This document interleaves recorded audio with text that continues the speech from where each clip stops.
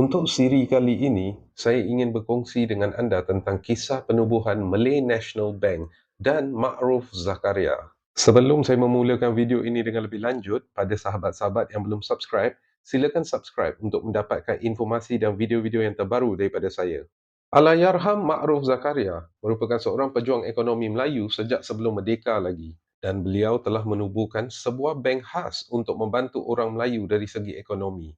Penubuhan Malay National Bank ditubuhkan pada sekitar tahun 1947 kerana pada ketika itu, orang Melayu hanya mampu meminjam wang dari ceti untuk modal perniagaan dan pelaburan kewangan mereka.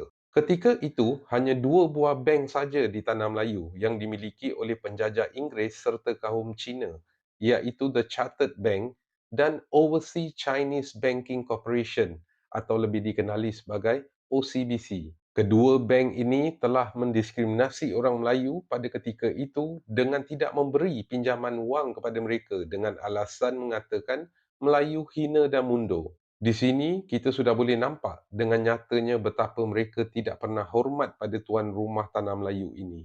Oleh kerana tidak boleh meminjam dari bank tersebut, orang Melayu hanya mampu meminjam dari ceti dan ceti pula mengenakan kadar bunga yang sangat tinggi. Allahyarham juga merupakan seorang peguam pada ketika itu tidak sanggup untuk melihat nasib orang Melayu ditindas pada ketika itu, lantas menubuhkan bank orang Melayu.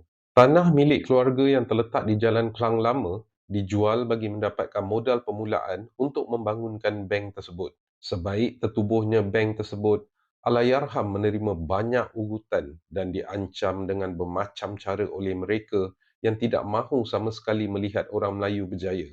Pada mulanya, Allahyarham diugut oleh kumpulan kongsi gelap yang diketuai oleh Parti Komunis Malaya, PKM, supaya menutup bank orang Melayu tersebut. Tetapi Allahyarham tidak tunduk dengan permintaan tersebut.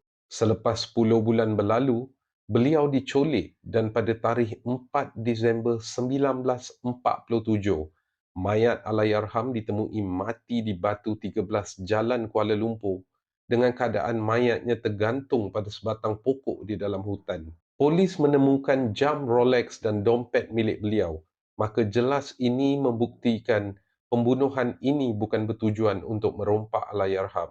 Pembunuhan ini mempunyai motif yang jelas, iaitu untuk menyekat kemajuan ekonomi orang Melayu serta-merta rentetan dari penubuhan Malay National Bank. Walau bagaimanapun, bank orang Melayu ini telah berjaya memberi pinjaman perniagaan kepada usahawan Melayu selepas kematian Allahyarham. Cukup besar usaha dan pengorbanan Allahyarham Ma'ruf Zakaria dalam membangunkan ekonomi orang Melayu. Demi memperingati jasa dan pengorbanan Allahyarham, sebatang jalan di Kuala Lumpur telah diberikan nama Jalan Ma'ruf di bangsa sempena mengingati pejuang ekonomi Melayu ini. Al-Fatihah buat Allahyarham Ma'ruf Zakaria.